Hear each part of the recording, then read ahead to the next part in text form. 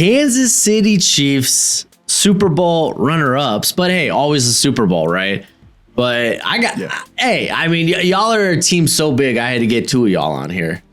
Had to get both of it. I had to get both.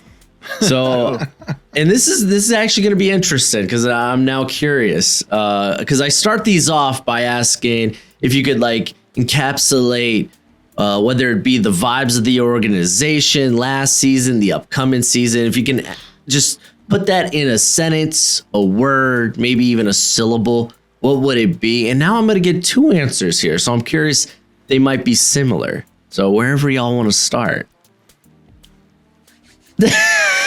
Who wants to go first? Steve, you go first. Putting that into like a word or a sentence is crazy, but I would just go with something like just consistency, right? Like you can't let the loss in the Super Bowl kind of hinder you going forward. They're still the best team in football-ish, right? Like they're at the top of the mountain usually. So I'm not worried about that at all, right? It was kind of a one-off game, got blown out in the Super Bowl. Chiefs don't ever get blown out. It was weird, right? But it happened. Yeah. And now it's over. You kind of move forward, and offseason's been great. So I'm just going to say consistency. Keep it cool like Big Red does. Yeah, I'm right there with him. I think it's consistency. Go back to the Super Bowl loss. It was an ass whooping, man. It was over by the first quarter. We had already was like, dude, should we just go over here and like, should we play video games or like, what should we do? This is getting bad. So, I mean, we were just eating extra food, anything to not watch the game anymore. But I'll say this, props to the Eagles. They were awesome, but I think it was a perfect game by the Eagles. I think if they played that game 3 or 4 more times, I don't know if they'd play such a perfect game. And I don't know if the Chiefs would have such a bad game plan as well. And not to make excuses, but it was just a perfect storm. We talked about that with Warren Sharp the other day. Just a lot of things went right for the Eagles. A lot of things went wrong for the Chiefs. But I think in this offseason, we're trending in a positive direction. I think we're still right there. We're on the cusp, and I think it's probably going to run through Arrowhead again.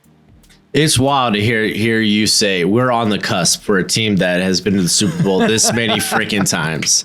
I can't believe that. Being good.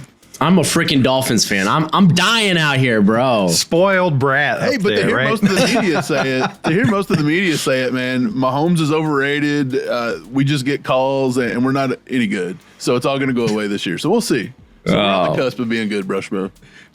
Awesome. But hey, before we actually dive into the nitty gritty, let's let the people know where they can find y'all. All right. Yeah. Just YouTube, All Chiefed Up. That's ALL Chief with an apostrophe G up. Yeah, we do all kinds of YouTube content. We're also on X, it's the same name. But yeah, man, we just pump out Chiefs content constantly. So that's where you can find us. Nice. I'll have it in the description. Normally I have it on the overlay. We'll see with this 3-man crew what I whip together. But before we get to the future, of course, we got to take a look at the past. And I mean, y'all went 15-2 last year. Granted, I was going back through it. I was like, my goodness, 10 of these games were 1-score games. And that's kind of felt like now that's your typical Chiefs ride. It doesn't matter until the postseason starts. Season's kind of, it is what it is. It's whatever. But y'all do manage to get to the postseason. Y'all go through the grind, go through Houston, go through Buffalo as usual. It feels like Buffalo or Baltimore, one of those B-lettered cities. And then, yeah, unfortunately, the Super Bowl crashed. But it wasn't until Buffalo that y'all scored 30 points in a regular, like in, how would I say, not in overtime, because I think y'all had one where you got over 30 in OT. But so not your usual offense. And I was looking at some of the guys on IR because I was like, I remember Pacheco was like beat up, and you had Rashee Rice. That hurt. Let me tell y'all a story real quick. So, fantasy football. I think I had Mahomes. Yes. Yeah, I had the sack of Mahomes. No, I didn't. I had Rashee Rice. My buddy, I was facing him that week. He had the stack of Mahomes and Travis Kelce. And I'm watching the game, and I see Patrick Mahomes. I can't remember if he pushed, knocked, whatever. Hit through that blocker or that defender into the knees of Rashee Rice, saw my season just kind of like go into turmoil, while then now my buddy benefited from all these extra targets to Kelsey that I was facing this week. And it was a terrible place to be. It was horrible, but I think that might be the worst singular play by Patrick Mahomes in his career, actually. Throw a pick and then wipe out his wide receiver one in the same play. I will say it felt like this is rigged. Like how I'm facing the Mahomes and Kelsey guy this week, and this is what happens? What the hell? Yeah, I was Vegas. Dude, Rice was cooking up until then. Well, it was a rough go, but you also had Hollywood Brown. He was out for most of the season with that shoulder. So there was like excuses. I don't know a better way to put it, but like good excuses for why the offense was kind of like cumbersome. Is that probably the best way to put it? But yeah, you let me know what did y'all feel last year? Right. So go ahead, Mike. Steve. Okay. Yeah, the offense was pretty stagnant last year, obviously, but I think that is contributed to all the injuries that you just mentioned. If you go back to the offseason last year and training camp and everything, Andy Reid was really kind of using Hollywood Brown as kind of the catalyst of that offense. They were really focused on him, and they were focused on pushing the ball down the field. And of course, Rashee Rice, like you said, he was cooking before he went out, right? And you lose those two major pieces there. You're relying on a rookie and Xavier Worthy to kind of bear the load of that. It was easy for defenses to kind of hone in on Travis Kelce, double team him every play. And then, of course, Isaiah Pacheco goes down with a broken ankle. So there was just a lot going on. And that was the least of our worries, right? Because we couldn't get anything right on the left side of the offensive line. So it was just a constant carousel there where they started Kingsley Suamataia. They pulled him after 6 quarters, which I thought was a little premature, and they just never could figure it out from there. But the fact that they did go 15-2 with the situation that was going on in that team, it was like constantly trying to figure out a new offense or a new scheme. They went and picked up D-Hop mid-season, stuff like that. I think it's incredible that they were able to go 15-2. So, like, I look at it more of a positive thing that they were able to win those 10 one-score games as opposed to they were just in close games all year. Because I think any other team in that same situation could have tanked the entire season. 100%. Yeah, I agree. I think going on what Steve said a little bit, I think if you look back at all the injuries, Hollywood was injured in the preseason. Rashee Rice right there, the first quarter in week 4 or something like that. You had Pacheco go out really early. Mahomes at one point was playing with a receiving core that nobody on that entire receiving core had played more than a season with him. And that was Juju Smith-Schuster, who's literally 29, but he plays like he's 79. Like, that's the thing. And, like, he's always kind of injured. He's only had 2 100-yard games in the past few years, and both of them have been just randomly with Mahomes. And he had that one game this year against the Saints, I think, where he just went crazy. And then, but other than that, the Chiefs had to adjust their entire offense to go get Kareem Hunt, who come off of a couch. Right. He wasn't even like playing with anybody. So, and then their other back was Carson Steele, a UDFA out of UCLA that came from Ball State. It's like Mahomes had zero help, and he was doing all this with zero offensive line help on his blind side. So his rhythm was off, his timing was off. He had no receivers that knew the offense. He had no chemistry with anybody. But yet the Chiefs, like you said, found a way to stay in games and got those one-score wins over and over. I think that was a testament to just how good Patrick Mahomes is and how good Andy Reid could figure this all out, because each week we were a different offense and a different team, and it just did that over and over. And even going and getting D-Hop really wasn't of help. The Chiefs couldn't figure out a way to use him. Mahomes doesn't like to throw the ball. He don't like to throw jump balls. If you've noticed, we don't ever have big X receivers here in Kansas City. He doesn't throw that kind of ball. And that's D-Hop this late in his career anyway. Maybe all the time. You had to throw it up and he'll catch it. And Mahomes struggled with relying on him to do that a lot. You could tell it wasn't in his game. So they just, look in the playoffs. They barely even used D-Hop down the stretch. It was very weird. I don't even know why we went and got him, to be honest. So I think it was a good job by Andy and Patrick and the Chiefs, but like you said, they struggled, and we shouldn't play in that many one-score games this year, because if they do, I think it's been a failure to get this point in the offseason and still get back and do that same stuff. Yeah, you got to imagine that the pendulum, the karma, it'll hit the other way if you're still playing in those low score games. Right. But I mean, again, with the Chiefs, it's like you never know. You know they're a good team, and it doesn't matter if you're the stinking New Orleans Saints or the maybe not Philadelphia, Baltimore Ravens and Buffalo Bills. That they're gonna come to play, and it's gonna be a close game. You can never count out Mahomes and the Chiefs. But let's look at the offseason. Let's look at I guess first some of the snaps that y'all lost, which honestly not really many of note. You did lose a legendary collection of Hall of Fame wide receivers in D-Hop, Justin Watson, Mecole Hardman, and such. All those great weapons Mahomes had. You know? Yeah, right. It feels like that every year. But Tooney kind of being the big one, y'all moved off of him, traded him to the Bears. And I guess the plan is to move Kingsley to left guard and then probably have a camp battle at left tackle, because it sounds like Simmons is good to go, right? Absolutely, man. That's going to be a fun one to watch, because half of Chiefs Kingdom thinks they're going to just do Jalen Moore, and half of them think Josh Simmons will go ahead and start. Well, we did find out that Jawan Taylor is going to be starting on the PUP list, so kind of starting out in camp, they're going to kind of rotate left and right tackle both. So I think it'll give the coaching staff a good opportunity to really check both guys out and see what they want to do there. But I'm kind of on the side of the tracks where I think Josh Simmons, if he's ready to go, I think they'll go with him. Because, I mean, if you watched his tape, Broshmo, I know you did. I thought maybe he might be the left tackle in the draft if he didn't have the injury last year. Yeah. So to get him where they did in the draft, if he is healthy and comes back clean from that, like, it could be a total steal there. I think they could go ahead and start him there.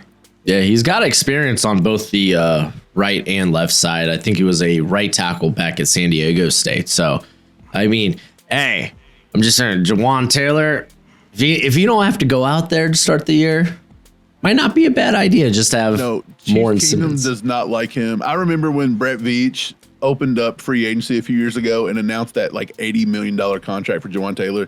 A lot of people were pumped. They were like, yeah, we're getting us a left tackle. And I'm like, well, A, he's a right tackle, and I don't think he's ever going to shift to left. He's going to come with a lot of concerns. Me and Steve hated that move. Boy, we took some heat. People are like, you're all so negative. You don't know. And now it's like, now we kind of defend him a little bit more. We're like, well, he's not as like super horrible when you can get the penalties out of the way. But it's come full circle on that one. But you mentioned Tooney trading to the Bears. The Bears are putting together a pretty good offensive line, to be honest. But then that leaves us a little bit of a gap. We got Caliendo, who had to start when Tooney slid out to left tackle. And, of course, he was a UDFA out of, like, Central Michigan. And he's just been on our practice squad. So many like pieces we've had to move, but just re-signing Trey Smith and then setting the market a few years ago with Creed Humphrey. That's a solid center right there. So we think Kingsley rather is going to look a lot better at left guard. I think he was more suited to play a guard or a right tackle position than he was coming in, from BYU and just getting thrown in the fire. I mean, this dude was going against Trey Hendrickson, who led the league in sacks last year, and they just take him out and they never give him his job back. So I'm sure that done a lot for the confidence, right?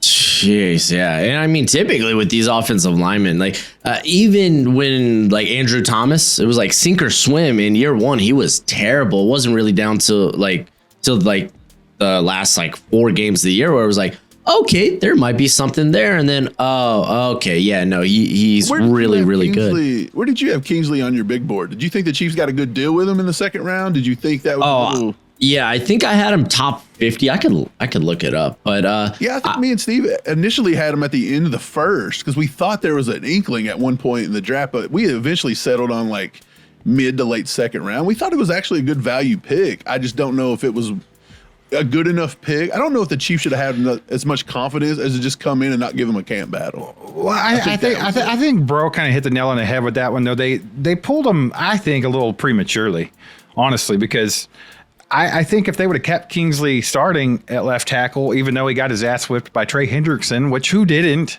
but it's like they could have kept him there. And then maybe by the end of the season, you had something a little more stable than what they ended up with. Right. But instead, you pull him out after 6 quarters and you never get him back in there. And like you said, it kind of killed his confidence. Yeah, so I mean, it could have been a whole different story if they would have just kept him in there and let him roll like they did with Thomas, you know? I liked one. Yeah. When it came to Kingsley, I had him 39th on my big board, and I mean, you knew he was someone that had tools that was still putting it together. Because I think at BYU he went from right to left. Yeah. So he was on the freaks list. He's so athletic. Yeah, and I mean, just because you play multiple positions in college doesn't mean like you're a fine tune. Like, oh, suddenly he has this versatility. You know, he was still very much raw and still very much learning. And I mean, we kind of saw it with like Tyler Guyton this past year. He was so bad he ended up getting benched, and it's like, well, he's a toolsy prospect. Who would have thought toolsy prospect won't click out of the gate?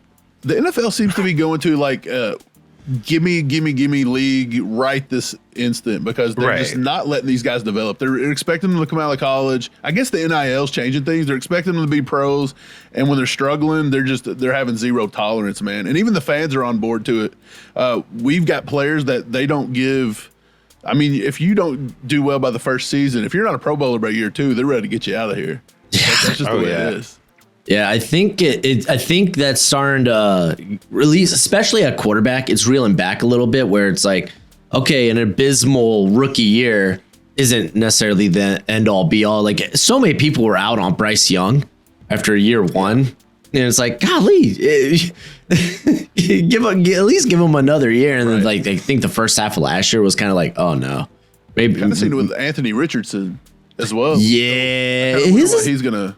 This is a little more convoluted just because of injuries.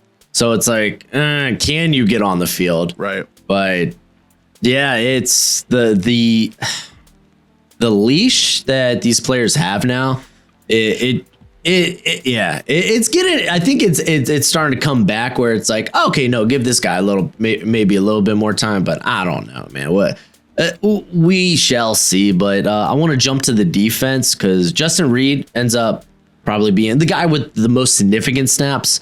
That's gone, though. I think you kind of got to give a shout out to Noddy and Wharton. Yeah, there goes your rotation next to Chris Jones. Right.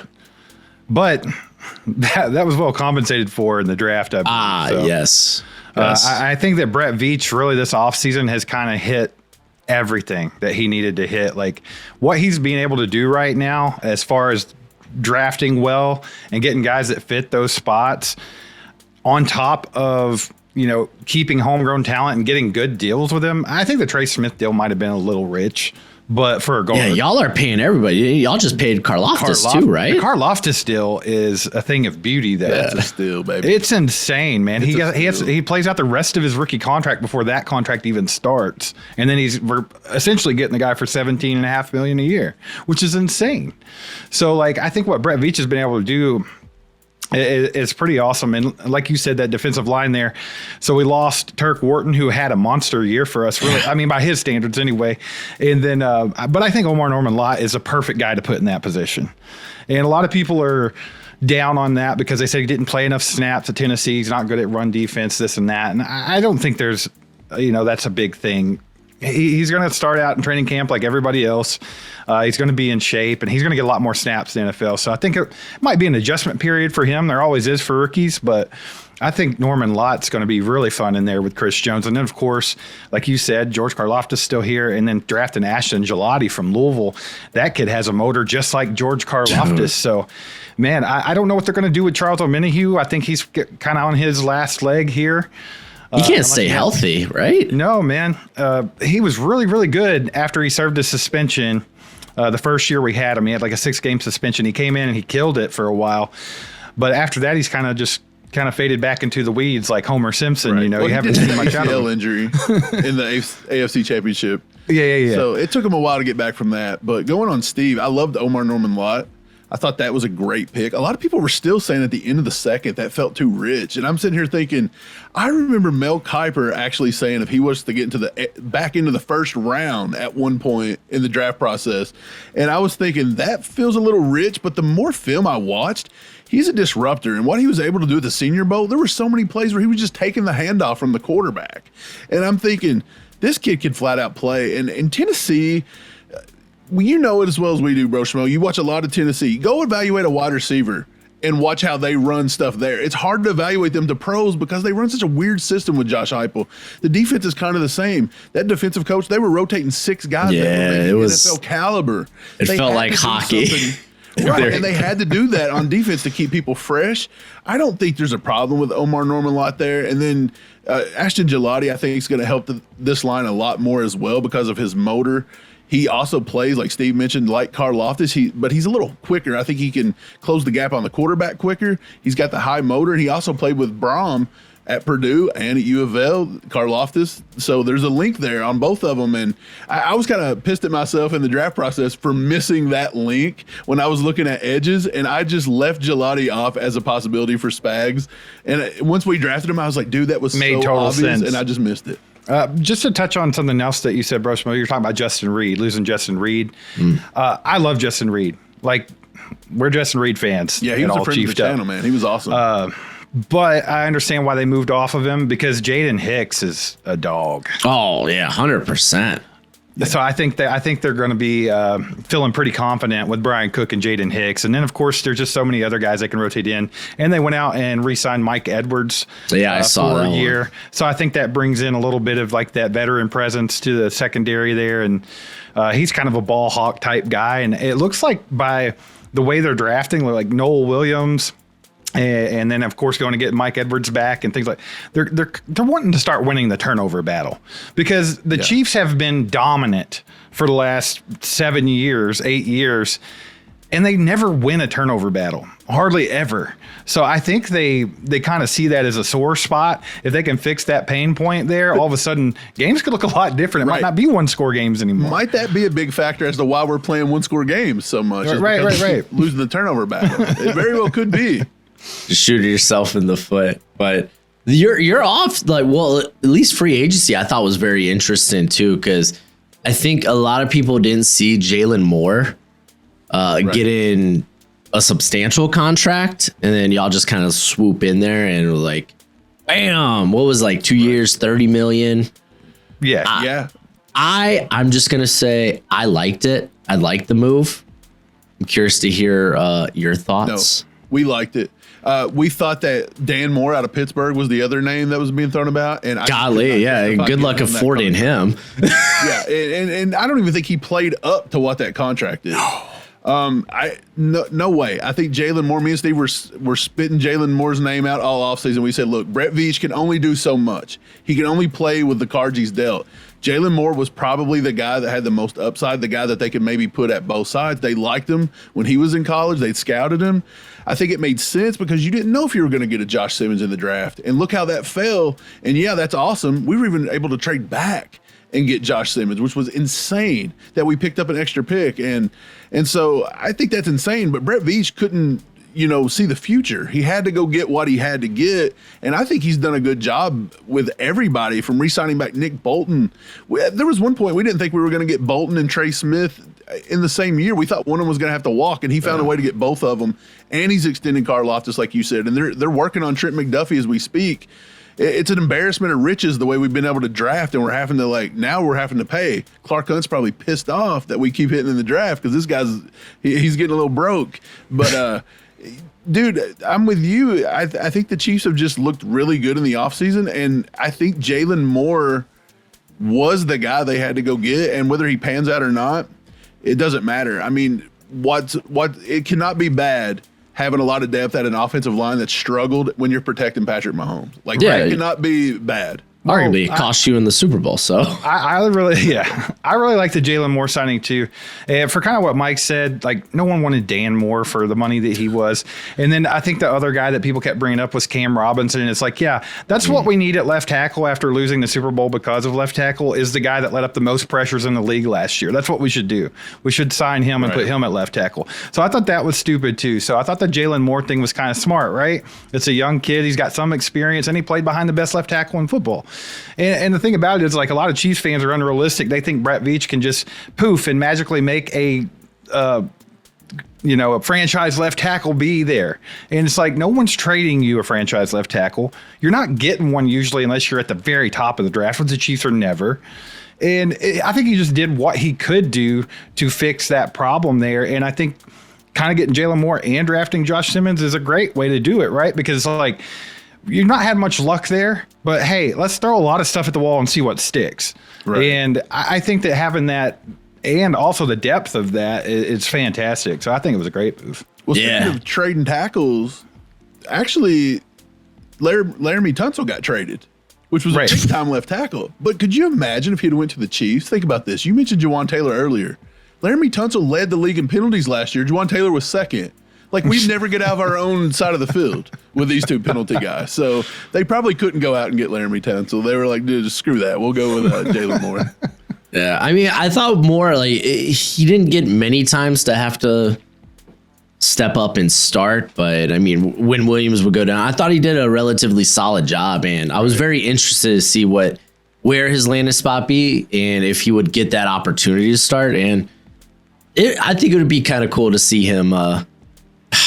It would be cool to see him and Simmons go. I'm kind of out on Juwan Taylor, unfortunately, but I mean, I kind of want your opinion on that from the outside in, because to me, it's like, I think that Collinsworth started kind of a witch hunt on him in that first game of the season against the Detroit Lions, right?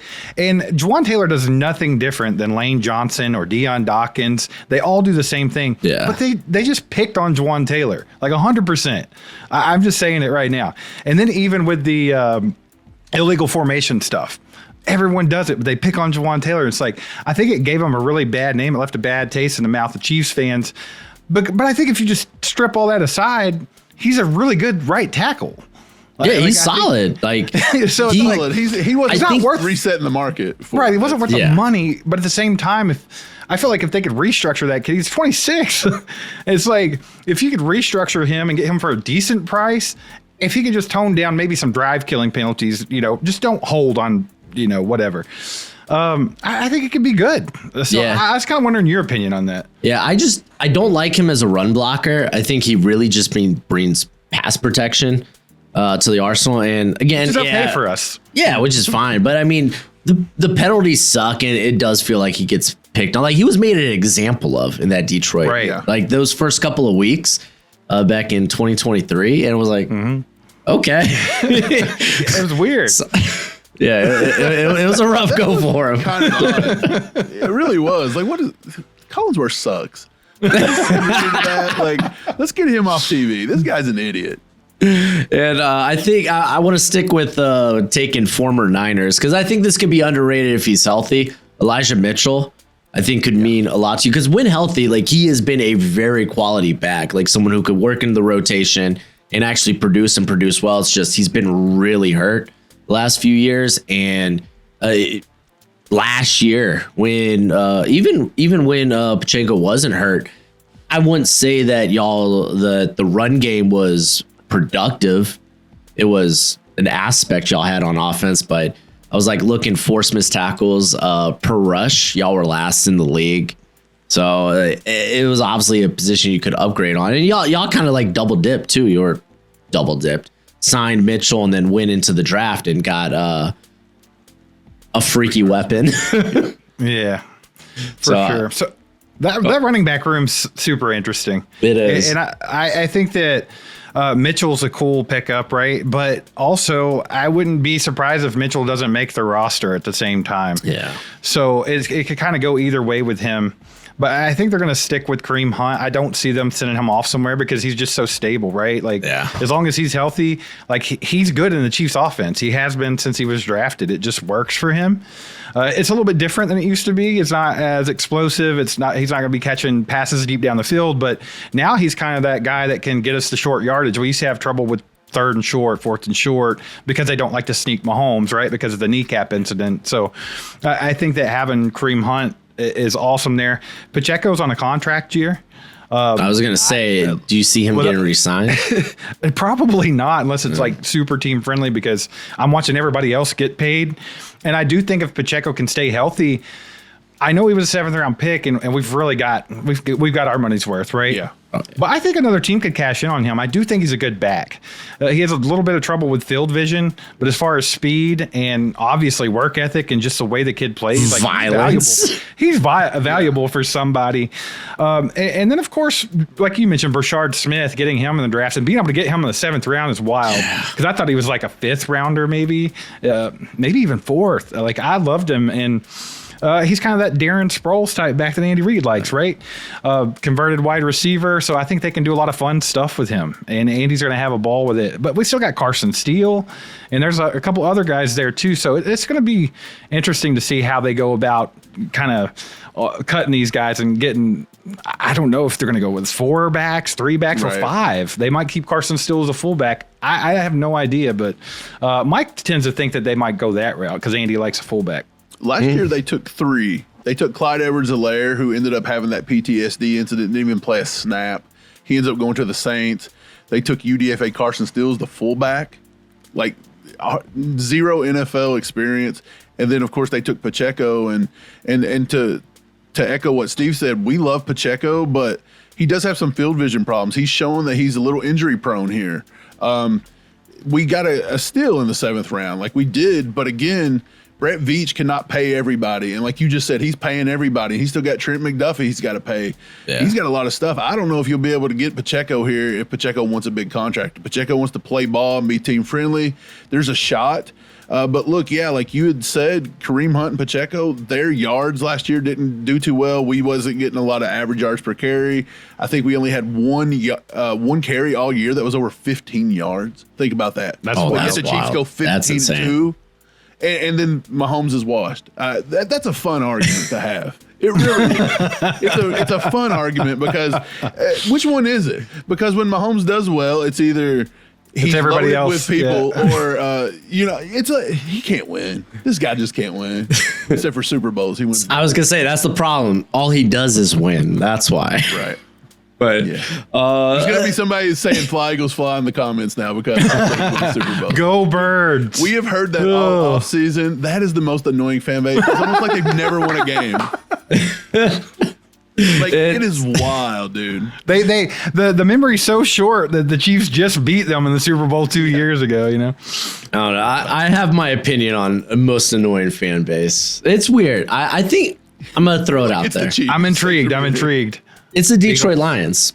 Oh, I think they have they're one of 2 extremes. They have either like the funnest people to talk to about football, or you cannot criticize anything. I will die at the altar of Brad Holmes and Dan Campbell. Dan, you can't say anything. That's telling. The first one that are fun are the old school ones that struggled, and the new ones are the bandwagoners, right? Right. That has to be how it works. Because people say that about the Chiefs. They're like, oh, you guys win all the time, blah, blah, blah. Dude, we've been a fan for over 40 years. Like, we sucked. We never got a call. We never won a playoff game. We struggled. Before Mahomes got here, we didn't win a playoff game for like 50 years. And it's like, okay, so relatively like new. Yeah, cool. The Taylor Swift era, I guess. You want to get to the Swift era? Like, yeah, we've been winning, but dude, we suffered our entire lives. We thought our pops was gonna pass away without even seeing a championship. Like, that's how bad it got. So, I mean, that was literally our nightly prayer. We said, "Dear Lord, let us win one." Sweet baby Jesus, just before we said, Pops goes out, let's see this thing. And, we were blessed with 3, so I mean, it is what it is. So what you're saying is, because the Dolphins currently haven't won a playoff game since 2000. Right. You're telling me I got 25 more years. Potentially. You got to, however long Mahomes decides to play. They trick you too because the Dolphins always look real promising. Oh yeah. And then the wild card happens. Are you a fan of McDaniels? Because I love McDaniels. I love McDaniels. I despise our GM. Chris Greer, I think, is a problem, but yeah, he's not good. Yeah, unfortunately, I think the only way to get him canned is if we have kind of a mid to not great season, and then everybody else goes, which is unfortunate. I think we have the right guys in place too. Like McDaniel, I think he's a good coach and he's learning to become a leader among men. And I think Anthony Weaver is going to be a good DC. I just don't know if it'll happen here, fortunately. So it kind of is what it is. But a couple of other guys I want to hit on. Christian Fulton, I think, was a sneaky good signing. He's coming off probably a good, like, I don't want to call it a career year, but it was definitely a bounce back. But also a guy that's kind of been hurt, but you're just kind of adding to that cornerback mix. It's like, okay, you got McDuffie, and then it's like whoever else wants to step up. Because I know y'all didn't really have injuries on the defense last year, but like Jalen Watson was kind of a big one. Because he hit the IR. Yeah, he was gone. But yeah, it's gonna be interesting to see, because I think y'all have 3 free agents at corner. It would be like Joshua Williams, and then is it Najee Johnson? Jalen Watson, Nazi. Nazi. Okay, I always they extended him though. Did they? Okay. Yeah, they gave him like season, was it 1 or 2? I can't remember for sure, but they like him as a special teams guy. Yeah.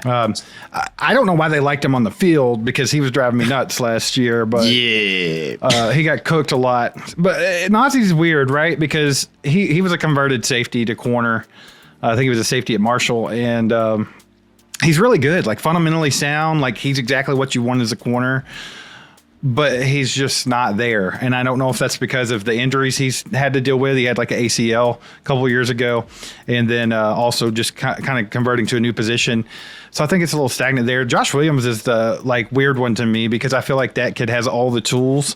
And when he played well, but Spags just had that kid in the doghouse. Would not let him on the football field. No matter how much Najee Johnson got cooked, we never saw Josh Williams, even though he, to me, kind of plays comparably to Watson. Like they're pretty similar, and they play. I think Watson's a little higher level as far as production, but I still think Josh Williams has all the tools to do it. So I don't know, man, but I like the Christian Fulton signing for sure. I thought that was good too, and that allows them to have a little bit of freedom with Trent McDuffie too, because everyone knows Trent McDuffie is the best nickel corner in football. He's also a top 3 corner. Period, in my opinion. So it's like now to be able to move him around the way that Spags and Dave Merritt would like to do, I think that Christian Fulton signing was a smart move. Yeah, Christian Fulton's got a little bit of a knee injury right now, though. He's starting on the pup. We've not seen him any in the offseason. But that's typically par for Christian Fulton. So right, and the fact that he just come up from the Chargers, that's all the Chargers instill over there is how to get injured. So I mean, that's what they coach. But yeah, it's just I think that's a thing. And to touch on what Steve said, the fans love Jalen Watson. He kind of come out of nowhere last year and played a very high level CB2. He really did. And then he got injured. And then they did not want to go to Josh Williams. And what is weird, by the end of the year, after all the injury concerns and all the actual injuries from Jalen Watson, at the end of the season, they played comparably the same amount of snaps. And according to PFF, Josh Williams was right at or higher graded at corner than Watson was. But yet the fans still don't like Josh Williams. The coaches wouldn't put him on the field. It was very odd. We feel like maybe it was something to do with like his attitude off the field. Like maybe he jokes too much. Maybe they don't take him seriously. Maybe he doesn't understand some of the plays. But then at the same time, it's like, I don't think you're going to be in the NFL if you can't figure out the playbook. So they just don't have to mess with you. So, I mean, I think the corner room, though, with Christian Fulton did get a lot stronger this offseason. We've probably got 7 or 8 guys that are fighting for those corner spots. And then, like, even last year, Christian Roland Wallace come out as a UDFA and made the team. And he was playing a lot of, like, that nickel along with Shamari Connor. And I don't even know if he's going to be able to make the team this year, considering like all the guys. Like Noah Williams is the ball hawk, man. Noah Williams reminds me of Marcus Peters without the attitude. So that would be great to get back to that. But I think they even picked up that kid from what is it, the Peacocks or something like that. Are you talking about Melvin Smith Jr.? Oh, the Mule Rider. The Mule Riders. Yeah, it's like Riders, West baby. Something, right? West Alabama or West South Alabama. I can't remember, something like that. So, yeah, I think that's a good corner room this year comparable to what it was last year. I thought a lot of people had struggled with what we were going to do last year, and it did show its face. I think the thing with Josh Williams, he gets a lot of penalties. But they all seem to be on special teams more. Because he's a big physical corner, right? He's going to get called in today's NFL. You're going to get called being a physical corner. They love L'Jarius Sneed in Kansas City. The dude led the league in penalties. Like, it's the same kind of stuff. It's, so I don't know. I tend to think the corner is going to get better this year. If there's a soft spot in this defense for me this year, I think it probably falls to the safety room. Okay. So, like, and I'm glad to hear y'all say that about Josh Williams, because I was always like, why isn't this guy just seeing the field more? Because, because I didn't think he was, like, horrible and, like, coming out of Fayetteville. Like, this was a dude with the tools. Like, he got picked because, he fast, he long. So, yeah, I was kind of shocked that he wasn't seeing the big field. plays and big moments. As a rookie, he caused an interception versus the Bengals to go to the Super Bowl. I think it was somewhere. Yeah, I'm just glad to hear that said out loud, because I was like, okay, maybe he does suck. I don't know. Yeah, we'll say it. It's not a popular opinion in Chiefs Kingdom. They don't like him, but we're not always the most popular in Chiefs Kingdom. Like, they find a way to hate us because we speak the truth. They just kind of like to hear what they want to hear. Oh yeah, I've become the guy that likes the Dolphins, because I don't like exclusively cover the Dolphins, but everyone knows I'm a Dolphins fan. It's like, oh, this is like the most pessimistic guy on YouTube about the Dolphins. I'm like, right. Well, that kind of comes with the territory of being a Dolphins fan. All it is pessimism. Like, if you get your hopes up, you're going to be hurt. I don't know what to tell you. Right. Are you even a Dolphins fan if you've got a positive attitude? I don't know. Yeah. What is his heart? Don't wear your heart on your sleeve. Golly. But a couple of other guys, Gardner Minshew, I thought was pretty cool. I like that pickup. Who was it? I'm trying to think who the former old backup, because I know it used to be a Dolphins player, but I can't remember if it's Matt Moore or we did have Matt Moore. We did have Matt Moore. We had Chad Henne, Matt Moore. Henne, there we go. Two former Dolphins. Okay. So I'm not crazy. But yeah, I'm thinking like, okay, this is a guy that could come in, step in, and play good football, play within the offense, and win some games if crap hits the fan. Right. Well, I like Minshew for another reason, actually. I think his attitude and the fact that he's a gunslinger. Mahomes has kind of been in his head, right? Like, we've not seen the Mahomes that we're used to in the last year or two, and I think it's because of a lot of injuries and different, having one of the worst wide receiver cores in football, and won the Super Bowl with them, with MVS and Kadarius Toney and Sky Moore. But I think he's kind of got in his head, and he's not taking his shots. We noticed last year by watching all 22 tape, every game, Xavier Worthy probably had 3 touchdowns that Mahomes didn't even throw the ball, and he just wasn't giving his guys opportunities. And he even mentioned that in a interview postseason. It was like, I've got to start giving my guys chances. I'm giving the defenses too much credit. I'm not doing what I'm supposed to. I think Minshew can help pull that back out of him. Yeah. Right. Yeah. I think he's a good guy to have in that room, because Minshew doesn't care. Oh, yeah. He'll throw the ball. And he's got that eccentric attitude, and I think he will be vocal about that. And maybe he can get Mahomes back in the right headspace. Yeah, he's a great vibes guy. He is a great vibes guy. Probably the last name here, Jerry Tillery. Yeah. Rotation guy, gonna come in on to rush the passer. So that's cool. Bring him in after losing Warden, but yeah, I think we could probably step to the draft, because I feel like we've talked about a good amount of these guys already in the draft. But y'all go grab Josh Simmons at pick 32. You trade down one spot so the Eagles could go and get Jahad Campbell. We've talked a lot about Simmons. It's good to hear that he's practicing, or at least will be, and should compete for whether it be a right tackle, left tackle, again, depending on Taylor. We talked Omar Norman Lott in the second round. Kind of know what we got there. He's going to be part of that rotation as well. And then I just kind of want to... Actually, we'll stop it there, and then we'll go over both of the third round picks. But yeah, I feel like with Omar Norman Lott, you kind of brought it up that he played limited snaps. I don't think he played over 300 snaps in any given season during his career, whether it had been at Arizona State or Tennessee. But Tennessee, again, they got this like hockey lineup. They keep guys fresh. Oh, he can't play the run. Well, he wasn't really in there to play the run. Like, it's not that he can't play the run. Because he's a disruptor. He likes to get upfield, and people will think, oh, well, that makes him dangerous. He's not gap sound. And it's like, that's not necessarily the case. Like, if you're looking for a guy to penetrate and make a play in the backfield, he can be that guy. Yeah, Chris Jones eats double teams.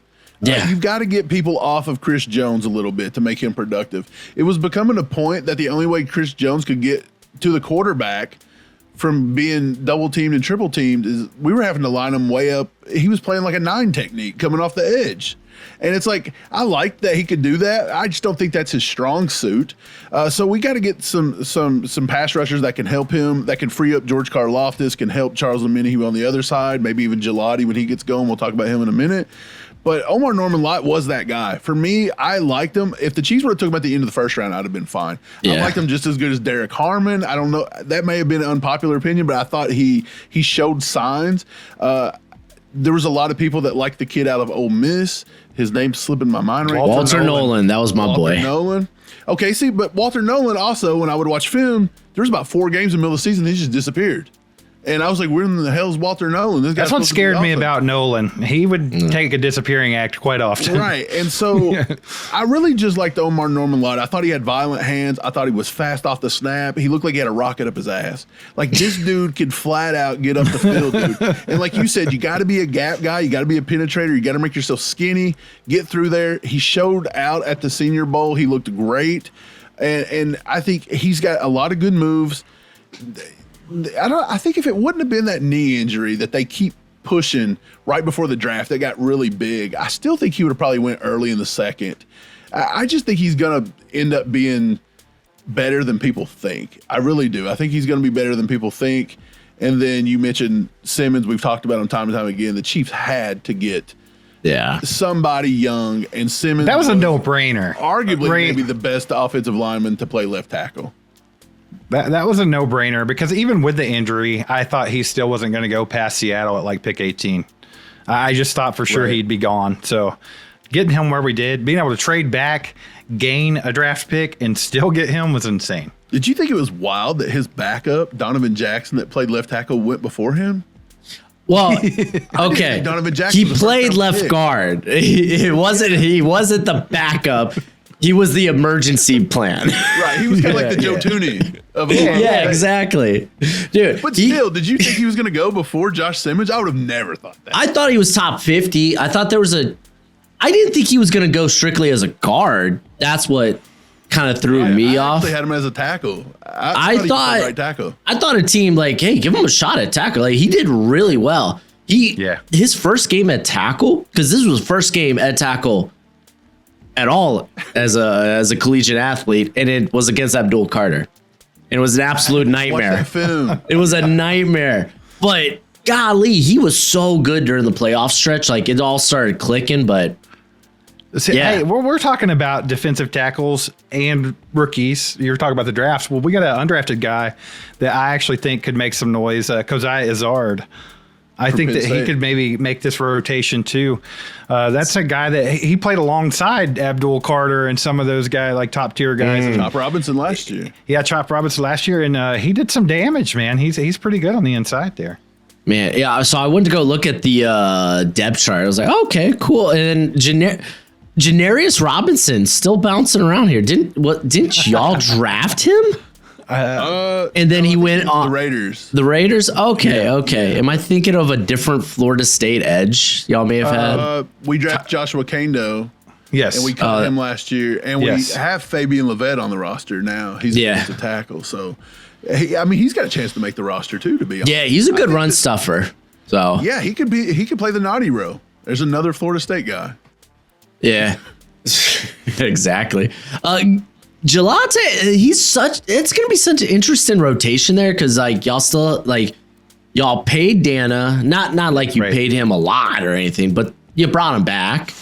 Obviously you got Karlaftis there. There's still Felix Anadike Uzama, who's probably on him. Yeah, probably on the out. But yeah, I'm like, teams are different when they draft. I feel like fan bases sometimes treat the draft like free agency 2.0, and they're out here like, oh, we need to grab these holes. Like they're going to be immediate starters when most of these teams, especially when it comes like day 2 or like late day 2, early day 3, they're looking 2-3 years down the road where it's like, oh yeah, this contract's going to be up. Maybe we should find someone that could potentially replace that. And that kind of felt like what the Gelati pick is. I don't really see an immediate contributor right out the gates because of opportunity.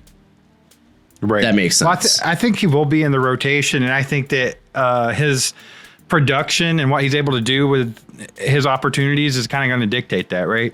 Because if Gelati can get in there and do some damage quick, I think they'll use him more. Because I do think they like him, and I think they see him as a long-term guy. Like you said, I don't think they expect him to come in and do something right out of the gate. But he's another one of those guys that's like, he's got the tools, he's got the motor. Yeah. Maybe we can mold him into this or that. You mentioned Felix Anudike-Uzomah. I mean, what a whiff in the first round, right? And I would have took him at the end of the first round. I didn't hate it because I did think that he had a good pass rush arsenal. I thought he could do a lot of things coming out of college. So it's kind of weird that he's just not been able to do it in the NFL. I'm giving him one more year. We'll see what happens. But in this rotation that you're mentioning, it's going to be hard for anyone to shine. Yeah. Because it's going to be a lot of different guys there. But I really do like the Gelati one. I think his play is going to dictate how many snaps he gets. Yeah. A lot of people thought we did draft him as a backup plan for Karlaftis when contract time came. Right. Around. Yeah. But I don't think that was the case. Obviously, think they're looking to the other side because Dana's not like a top tier. Charles Omenihu's probably gone after this year. I don't think the Chiefs are going to pay him what he thinks he's worth. He's so wild. I feel like Gelati might be the other side. And I mean, I think they got a good pick with Gelati. A lot of people thought that was a little bit of a reach, but I heard that there was several teams looking to get him right there. So that's why the Chiefs made that move. So not 100% for sure on that. Yeah, no, there were a few teams trying to come up to get him. Yeah, he was uber productive in college. Like if you look at his win rate, he was nuts. I think people had him falling just because he had suboptimal length, which dude, his win rate, Omar Norman Lott, 18% win rate. Dude, both those guys were nuts. Dudes had good win rates. So I mean, I think our defensive line is trending in the right direction. Oh yeah, sure. I agree. Yeah, again, like my question with Gelati is like, okay, does he hit 300 snaps? Again, is he going to get the opportunity? Right. I'm sure eventually, but and I think you could actually ask the same question with Noel Williams, right? Yeah, for sure. Like Noel Williams it's gonna be tough, man. There's a lot of corners on this team. Mike was talking about the depth of the corners earlier, just defensive backs in general, because we got a lot of tweeners. We have like Chamari Connor that can do both. We got Jaden Hicks that can do both. Najee Johnson. But Noel Williams, he kind of brings a different aspect. Now I know Jaden Hicks is kind of a ball hawk, and then obviously went and re-signed Mike Edwards, and he kind of plays that way too. But Noel Williams is a turnover machine. Yeah, and obviously we went and got McDuffie in the draft a few years back and invested heavily in him, and he's locked down, right? He's always on somebody's hip, but he doesn't turn the ball over. Not much at all. Yeah, he got his first pick last year. Right, which is crazy to think about. But it's going to be weird for him to carve a role in the defense in his rookie season, I think. And maybe Noel Williams could be that guy that steps up if there is an unfortunate injury or something like that. But I think at first, as long as Christian Fulton is healthy, I think it's obviously going to be him, McDuffie, and Jalen Watson on the field. And that's just what they're going to roll with. Now, can Noel Williams eventually edge out Jalen Watson or Christian Fulton? Absolutely. I'm sure he could. It's just kind of the same with Gelati. It's like you're going to get a few opportunities here and there. Yeah. If you cash in, you're going to get more and more. And then the Chiefs, they're not shy from that. So if they see a young guy that's being productive, say Gelati comes in and he's productive, they don't care to put Charles Omenihu on the bench and not use him, right? Like, it doesn't matter how much they're paying somebody, or even with Mike Dana, they gave him a decent little contract. If they don't use them, they don't use them. So I think it's just really depends on what they do with their small opportunities. And as long as they don't blow them like Felix Anudike-Uzomah or Sky Moore, then I think they'll continue to see more snaps. Well, you said it. You said that once you get in that part of the draft, which they did take them in the third, but it was basically a free third. I mean, that was their third, but they got to use the L'Jarius Sneed to get the Ashton Gelati pick. So I think Noel Williams is that backup plan for the future, because the Chiefs are going to have to pay Jalen Watson, and I don't think they're going to pay him what Yeah, he's I going don't to work. either. I don't think the Chiefs are going to pay him, especially having to pay McDuffie. Josh Williams, we like him.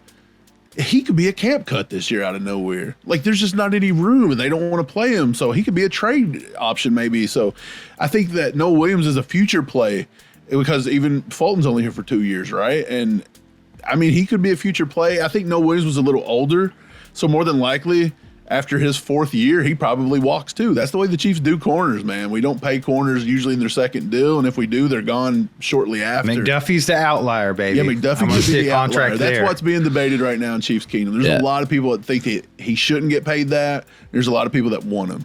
Yeah, that was such a good draft. McDuffie, Karlaftis.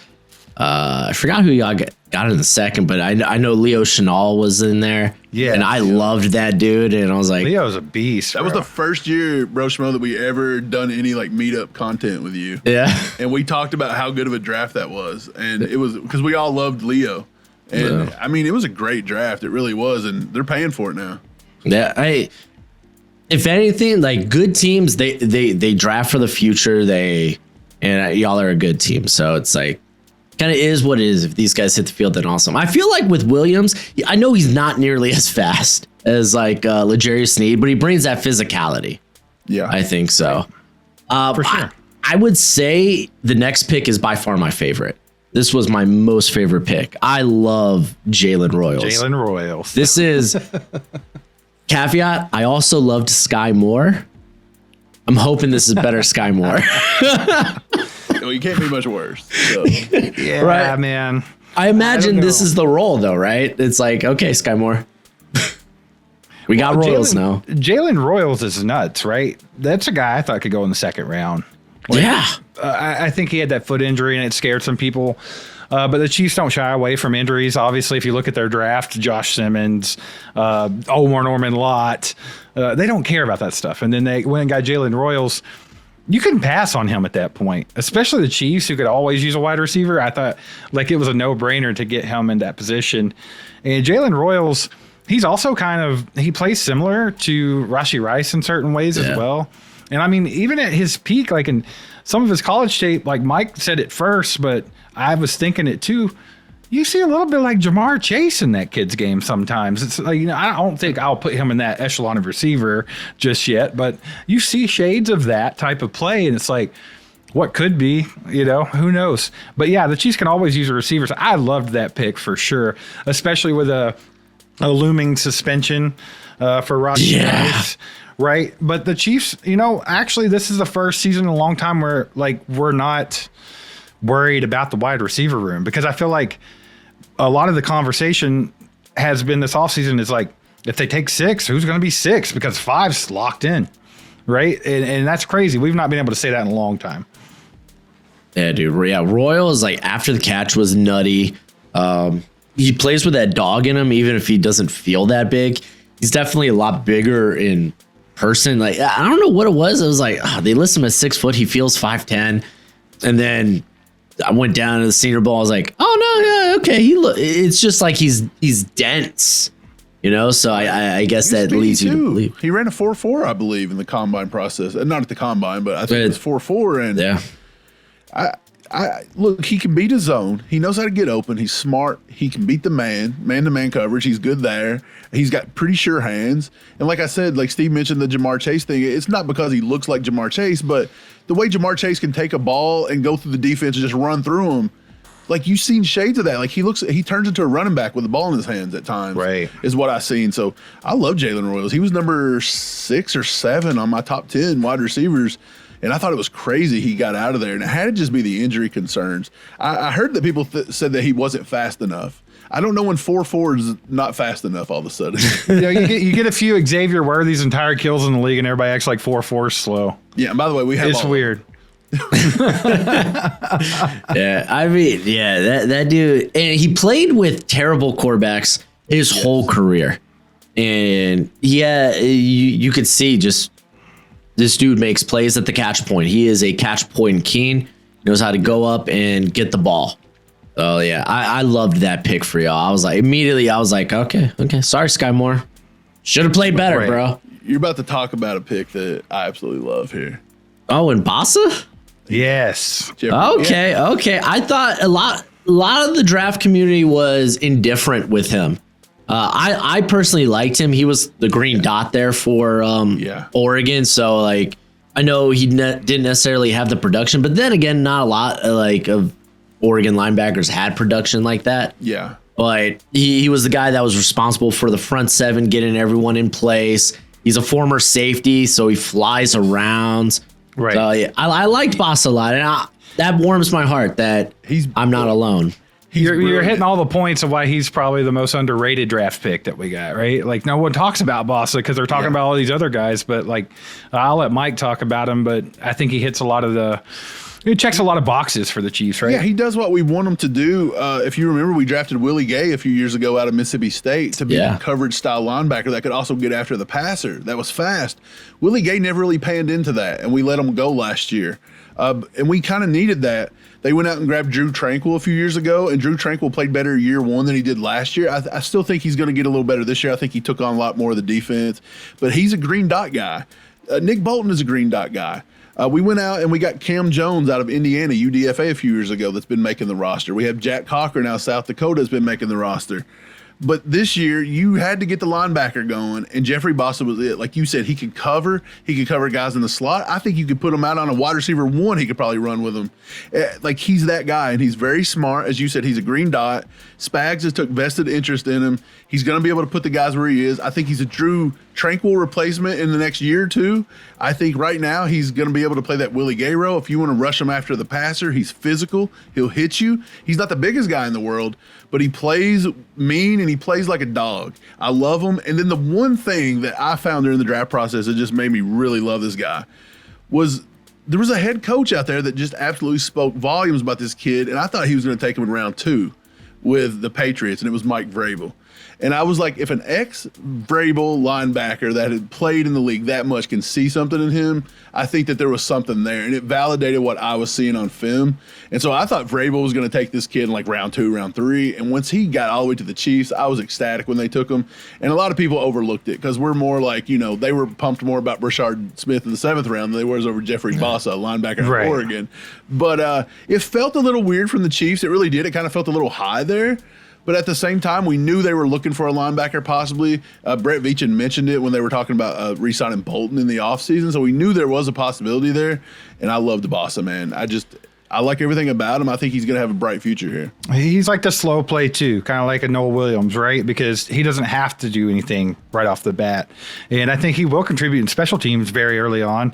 And we might even see him on the field in defensive snaps too. But he's, like you said, Mike, he's been right there in Spags' hip pocket all off season. You saw it in rookie minicamp, OTA, stuff like that. He's learning the whole defense. He said he's been putting them in every position. So I think he's going to be valuable for the Chiefs in the next couple of years.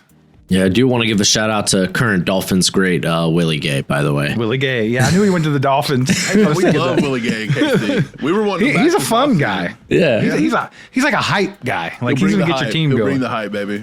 Yeah, he flies around. Yeah, I liked him at was it Mississippi State? I think. Yep, Mississippi State. And we talked a bit about Brashard Smith already, former slot guy at the University of Miami, by the way. And ends up making the transition to running back, and he certainly brings. If you were looking for something a little different in that running back room, he brings that. He's absolute lightning. Gives us what we've needed. If you remember, a few years ago, our offense was humming along. We had a guy in the backfield named Jerick McKinnon, another San Francisco guy. We were using him out of the backfield. We've not had that. We think that Brashard Smith can offer that. I think he looks a lot like kind of like a Brian Westbrook, a little bit like the way he plays, maybe his body style a little bit. Steve mentioned like a Darren Sproles.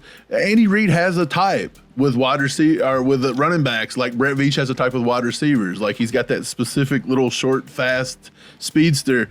But I think he kind of even reminds us of a few years ago. We had a back on the team out of Ole Miss, Dexter McCluster, if you remember him. He kind of gives you that vibe. And so I think Andy will find a way to use him. We think they're going to use him more in the passing game initially before he maybe transforms into that running back. But like you said, at Miami, he played wide receiver. He was pretty good. I think he can go anywhere. I think even in camp this year, he lined up. They put him out wide, and he lined up and beat. I think it might have been Christian Fulton. He beat him deep for a touchdown on like one of the first plays of the OTAs. So I think they're going to have fun with him and use him. I think he's got to get better in the pass blocking aspect, obviously, if you're going to be that Jerick McKinnon role. But I think we're releasing a video like as we speak today about Rashard Smith, about how we think the Chiefs are going to use him more as a wide receiving type option, especially maybe with Rashee Rice out, because they're going to have to find a way to do that. And Andy Reid doesn't really like to rely on rookies like Jalen Royals a lot. So you really just got Juju. So it just depends. We think there's going to be a lot of like a by committee there. Yeah, well, he's a fun one, right? Because like Mike mentioned, like Dexter McCluster. But if you also remember when Tyreek Hill first came into the league, he was like the running back / wide receiver. Yeah. I could have swore we were going to go after Devon Achane. I don't know why we didn't. But kid's good, because, man. I mean, he's very Tyreek Hill-esque, right? So I thought Andy would love a guy like that. But Rashard Smith, I think the big question with him is the pass protection, right? Because I think they did bring him in to eventually take over that Jerick McKinnon role, that third down back that is a threat to catch a pass out of the backfield and take it to the house, right? And I think Jerick McKinnon had like 8, 9, 10 touchdowns 2 years ago, which is insane. Yeah. And we have been missing that in the offense. So I think if he can get the pass protection down and make sure Mahomes' jersey's clean, he might win that role, and he could be really fun for the Chiefs. Yeah, we could switch gears and actually talk about the full roster, some of the strengths and weaknesses, and we could cover some like maybe any UDFAs that are sticking out. But offensively, this team was, it might not feel like it, but they were middle of the road. And I say may not feel like it because it felt like they took a big step back, but they were still, I mean, 11th in EPA when it came to the pass. So hey, you're still talking about a top 12 unit there. The run game felt like there may have been like, okay, this feels kind of bland, but they were 17th, so still not that bad. The offense still moving, and we talked a lot about the offensive line. It sounds like Sumatea will be kind of locked in at that left guard spot. Will there be a competition there? I think so, with him and Caliendo. Yeah. Because Andy loves Caliendo. He relied on him a lot. But so I think there'd be a little bit of a battle there, but I do think they're leaning Kingsley, right? Naturally, the young guy. Yeah, I could definitely see that. But, you mentioned the offense and how they were stagnant, yet still middle of the road or even 11th in EPA, like you said. Yeah. I think kind of like Travis Kelce's kind of a microcosm of the entire offense, right? Like he didn't get 1,000 yards last season, so everybody thought he had this terrible down year, and Travis Kelce's old and he can't do it anymore. But he also missed a couple of games, and he was nursing injuries and stuff like that. He's still one of the best tight ends in football. He still put up good numbers. It just wasn't what we were used to. Right? It's like we've been so spoiled to have that number one offense in football, or at least top 3, scoring 30 points a game. And then last year, what was the storyline? We only did that once or twice. So yeah. I think it's just like one of those things. You're like conditioned to think that when you see Patrick Mahomes and Andy Reid out there on the football field, that they're going to put up a lot of points, have a lot of big plays. And that's just not been what it has been the last 2 years. I think they've been adjusting to the roster, injuries, things like that. But I think we can get back to that this year. I think this is the year, if people can stay healthy, especially with the way Xavier Worthy came on at the end of last year. Yeah. I think that he could be a monster this year for Mahomes, especially if Mahomes does decide to start throwing the ball more and giving these guys chances. Right. And I'll stick with the offense. I'll talk about a few UDFAs you were talking about. The big one this offseason has been Jake Brenningstool out of Clemson. I was actually about to bring him up. He made a call to him trying to get him in here. They got him in. He's actually made some noise. Like, it looks like he may be pushing for a roster spot, which means he's got to beat out Robert Tonyan. I don't know how tough that's going to be, but and then we drafted Jared Wiley last year, and of course he hurt his ACL. So they thought he's going to start the season probably on the PUP list, but it looks like he's a go. Like, Andy didn't mention him yesterday in the presser, so his knee's fine. But are the Chiefs going to take 3 or are they going to take 4? They like to take 4, but they used to take like Blake Bell. He was more of a blocker guy to use in 12 and 13 personnel, and we just don't have that. That's not Brenningstool. Brenningstool's more of like a Travis Kelce-esque kind of guy. I called him a poor man's Colston Loveland. And, I mean, that's just the way it was. If you wanted to go a first-round tight end, it was Colston Loveland. If you wanted a UDFA, it was Brenningstool. But to be honest, I thought Brenningstool could have been drafted. I had him top 10 tight end. Right. I don't think it would be crazy if somebody would have took him in the 5th or 6th round. That wouldn't have surprised me. So, I think he's like the big UDFA right now. But the one that excites me and Steve a little bit, nobody really talks about him.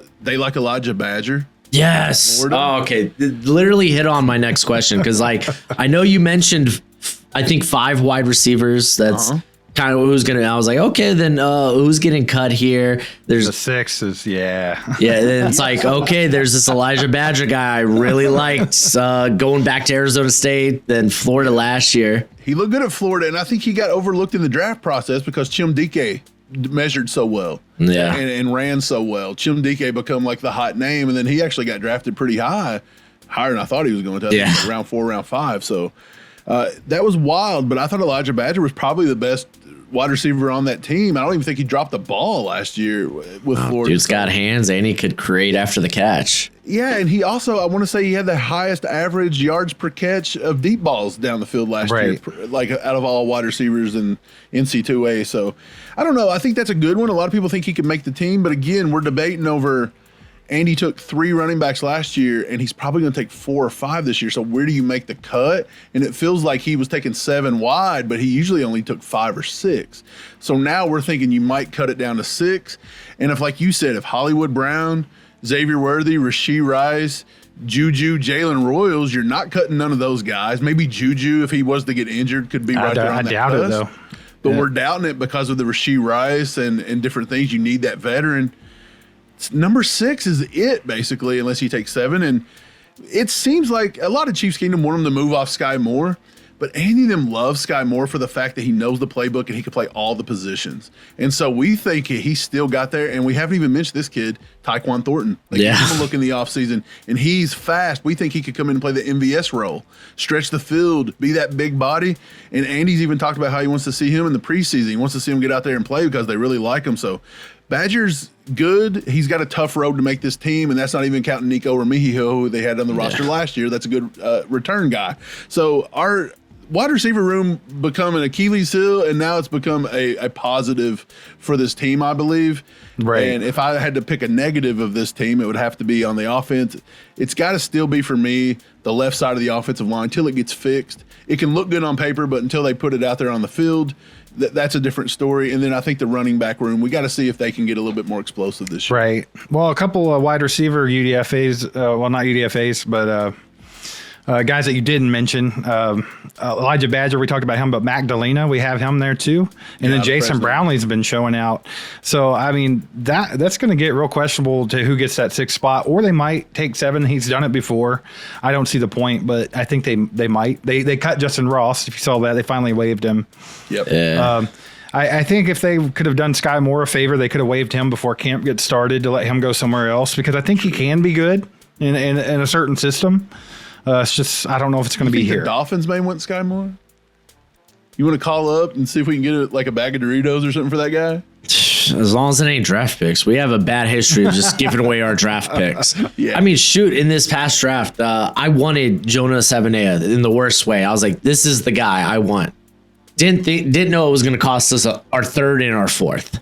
So going round 2, didn't he?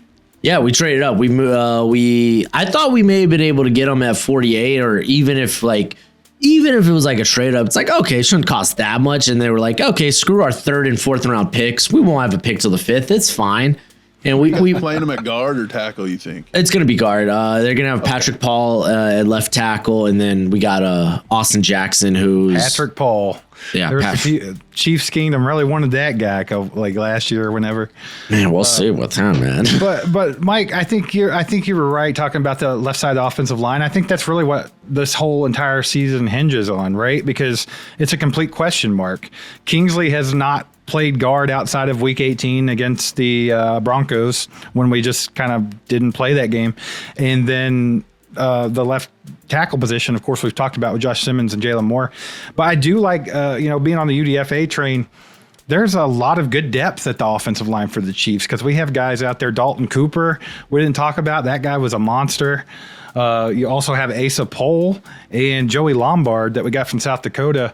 So I think there's a lot of depth there on the offensive line. It's just figuring out what to do with it. Yeah, Pohl's going to be a good camp bot, or I would say practice squad body, because he just started playing tackle not too long ago. So huge guy. Yeah. To develop him, like, it won't pay dividends anytime immediately. Everybody but like forgets too that we actually took Ethan Driscoll last year. UDFA. He made the roster last year. Yeah. So I mean, he's still on the team. So I don't know. They've got options there. And then Wanye's kind of like the swing tackle now. Like, we're not even mentioning Wanye. What is Wanye? What is Wanye Morris? I don't even know. Have you seen Wanye's new bod? Like, he always looks like he's like out of shape, not taking football seriously. But he posted a picture today. The dude's got like a 6-pack and like pecs and everything. Like, it's insane. I was like, what happened to Wanye? So put down the marijuana and picked up the weight, baby. So I gotta ask. I always gotta ask because it's pretty established as of right now. Typically, the top 4 quarterbacks in the league all come from the AFC. Jaden Daniels, he's going to make a push for that, but typically we're talking your Burrow, your Jackson, Allen, and then Mahomes. I think last year was like probably the first year where you could like really make an argument like, okay, at least in terms of play, you're never gonna look at like Mahomes and be like, well, I mean, look at all the rings. Of course, you'd put him at the top. But I think in terms of play, okay, you could make a case that maybe you should rank Allen and Jackson ahead of Mahomes. My question is, are you ready to do that? That's not even a question. That's you crazy. Said Allen and Jackson together, and I just thought of Allen Jackson. Chattahoochee, baby. I don't know what to do. Hey. But this is what I'll say about this thing before you go, and this may be what you wanted to say. If you took any of those 3 teams you just named, so not Mahomes, so you've got the Ravens, you've got the Bills, and you'll have, who's the other one? Burrow. The Bengals. Okay. Yeah. Take those guys, and I want you to take away their number 1 wide receiver on the first play of preseason. You take away their next in line, number 2, week 4. You give them 0 left tackles. Okay. You take away their running back, put him on IR for the whole season. You take away their CB2, put him on running back. You take away Harrison Butker, their kicker, that made it to the IR for 5 weeks. You take all those away and you tell them you got to go 15-2, set your franchise winning record. You're going to be a number 1 seed in the playoffs. You're going to go to the Super Bowl. None of those quarterbacks do that. Not a chance. None of them. Not a chance. And I don't want to hear the Andy Reid and everybody else in the NFC. I don't want to hear the Andy Reid shit either because he didn't win one damn Super Bowl before Patrick Mahomes was with him. So it's like, that's the thing. I think you're right, though, production-wise. If you only look at stats, if you're one of those people that don't watch games and you look at the stat sheet, then you're going to be like, well, Lamar Jackson outplayed Patrick Mahomes, and it's like Joe Burrow. Joe Burrow had a great season last year, right? And those he guys had to. Yeah, he had to. Here's the thing, man. 50-point shootouts every week, right? We'll talk all the trash in the world, but those guys are great in their own right. They really are. Like, you've not seen an athlete like Lamar Jackson in the NFL. I mean, he's one up Michael Vick, right? And you know, Josh Allen's just Josh Allen. There's not anything else like him. He's basically a big running back that can throw the football. And Joe Burrow, I love Joe Burrow. I think he's a great quarterback, but I don't think any of them have that Kobe Bryant mentality like Patrick Mahomes. Like, Patrick Mahomes will find a way to win no matter what comes at him, unless it's Vic Fangio and the Eagles. No. Yes, former Dolphins great DC. Vic Fangio. Funny, though, like, people want to bring up Vic Fangio, and I do give him his props because the way that he, schemed against the Chiefs in Super Bowl was fantastic, right? But I mean, we used to beat the hell out of Vic Fangio all the time when he was with the Broncos, right? So I can't go with that. I always find that conversation is like, oh, who's the top quarterback in the league interesting? It's like, oh, well, I mean, we know who the 4 are, and right. I just think that you can't, like, I feel like Patrick Mahomes is in a league of his own until someone dethrones him, at least, right? Because it's really hard to compare quarterbacks. Everybody wants to go by games. Like, there's no way in hell you're ever going to convince me that Jalen Hurts is a top 5 quarterback. But yeah, he had a Pro Bowl team and they won the Super Bowl, right? So I understand that you can't just go buy Super Bowls. But when you look back at how Patrick Mahomes won his Super Bowls, he won those damn things himself. It wasn't the teams around him. He didn't have Pro Bowl teams like Jalen Hurts had last year. He's always been on the struggle bus with something. Hey, I'll say this too. You talk about, I'll give him, he had Kelsey. But Kelsey put up with Alex Smith too, so it wasn't like Mahomes just created him or whatever. But I mean, so he was been solid. Tyreek was here, but look, we traded him to the Dolphins and went out and won 2 Super Bowls. Right, always comes back to the Dolphins. And the Chiefs, the Chiefs were doing it with the worst wide receiver. Like we're doing it with McCole Hardman and MVS. Like, come on, like Kadarius Toney and Sky Moore. What a crew, and look, bro. I will say this. Burrow's probably the only one that's got the huge weapons, right? With T. Higgins and Jamar Chase, because, really Lamar Jackson's not had a number 1. Zay Flowers is good now, but this year he's got a pretty solid squad. I mean, come on, that kind of sucks. But I don't know. I'll just say Mahomes really hasn't had all the weapons people think he does, and he finds ways to win. And yeah, his production and numbers have been down, but I just think when you do it as the Chiefs do it, they're trying to find ways to win championships and extend a dynasty. They're not worried about individual metrics, because in that case, Kelsey set out week 17. He could have got a 1,000-yard season. He didn't want to play. So it's 2 different priorities. Everybody else is chasing MVP and individuals over here. We're taking contracts to win Super Bowls. So that's the way it is. Yeah, I like that. It's always, I think it's always fun just hearing people go back and forth with that. Like, to me, it's like, listen, it's Mahomes till it's not Mahomes. Right. I think that's fair. It's like, okay, Lamar, okay, Allen, win a conference championship game. Beat them in a playoff game, because they can't do it. Do you think that Jaden Daniels is like last year's CJ Stroud? Do you think like he'll kind of fall off in year 2 a little bit, and then people will stop putting him up here in the top 5? I think top 5. I do think top 5 is a little premature. Top 5 quarterback for him. It's rich, right? Yeah, I'm cool with top 10. I do think there's going to be some regression, not to like what we saw with Stroud, because Stroud had a lot going on when it came to that team, that offense, Bobby Sloak and such. So like there was a lot going on for Stroud, but I think if you're a fan of the Commanders, you should expect some regression. Your team overperformed, overachieved, and got a full season of tape to watch now too. Yeah, exactly. They are stacking that team up, though, man. They've been adding pieces and adding pieces. Did the Texans? Well, that's what you do when you have a quarterback on a rookie contract playing at that level. That's what you do, right? I mean, the Dolphins kind of did it too, right? Yeah, I don't want to talk about it. We're in such a deep hole right now. He said, we're talking about the Chiefs today. Okay. Yeah. It's funny. Every one of these videos I've done, it's always kind of like come back to like circles back to them Dolphins, man. It's what I relate with. I relate with pain and disappointment. Let's talk about the defense before we get into this schedule. Because where I want to start, because we talked about the deep rotation along the defensive line, but I want to go to that, I guess, the secondary. I don't want to just say the safety position, because I sense Connor is going to get a lot of looks in the slot when McDuffie's not going to be there, when he's going to be playing outside. Because it just feels like Connor's always been a big part of this defense, at least the last couple of years since being drafted. So, and I've heard y'all kind of throw out some other names potentially for the slot and whatnot. Do you see him playing more safety though? Because I know with Brian Cook, since the injury he had about a year and a half ago, some Chiefs fans have been like, yeah, he hasn't really been the same player since. So I don't even know if there was a question in there, but no, I got you. I was making sure you wouldn't say nothing else. Yeah, look, Brian Cook, he's kind of he was drafted a little earlier than people thought he probably would have. Andy kind of fell in love with him in the draft process. I think we took him in round 3. That was the year we took Leo, I believe. Okay, so there was that second round pick.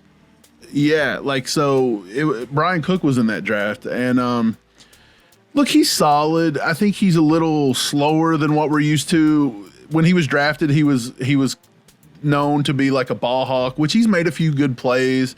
They said he would hit people really hard. We've yet to really see him be like that enforcer type safety, but the game's changing a little bit. I do think he gets people lined up back there. I think he could probably be that guy for Spags like Justin Reed was that can get everybody lined up. Am I sold there on him for the foreseeable? I can't say it. Foreseeable future. I don't think so. So I think that he's good, but he's not great. I think they could always upgrade it. But I don't think Shamari will do it, to be honest. I think they'll keep him primarily what he has been doing, because he does a pretty decent job playing that nickel. And like you said, you don't always want Trent McDuffie to have to do that. Like, he is your best corner. You need to keep him out there. So we actually took Christian Roland Wallace last year that can do that a little bit.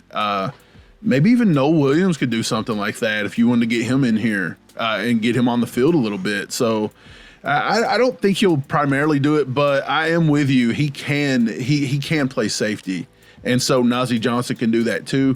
So we don't think they're going to like divide it up between corners and safeties. I think last year they just said they were going to take 10 DBs, and that's how they listed them on the depth chart. So they're probably going to do something similar this year, I would think. I think so too.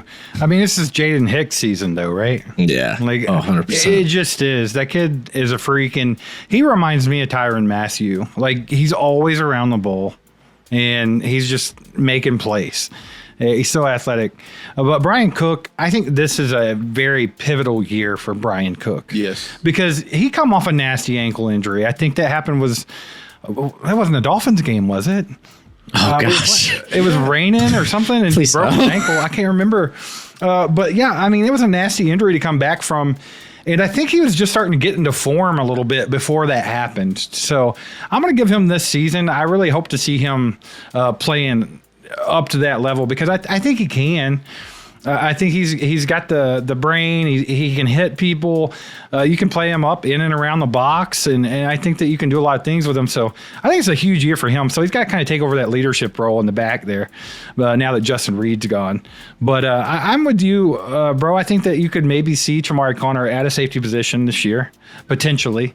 And I also think, like Mike said, that they'll just kind of list them as DBs, because if you really start looking at how many corners we have that we have to cut down, and then safeties, there's some guys that do both that are better football players than just, per se, this safety over here. So I think that's going to be interesting to watch through camp. Right. And again, I think if you're relying on Brian Cook in a pivotal year that's not really shaped up coming off of an injury, you're relying on Mike Edwards, who's an older guy. You're relying on Jaden Hicks, who may or may not have a better year too. He didn't even get a lot of snaps last year, right? Like, he barely took snaps last year.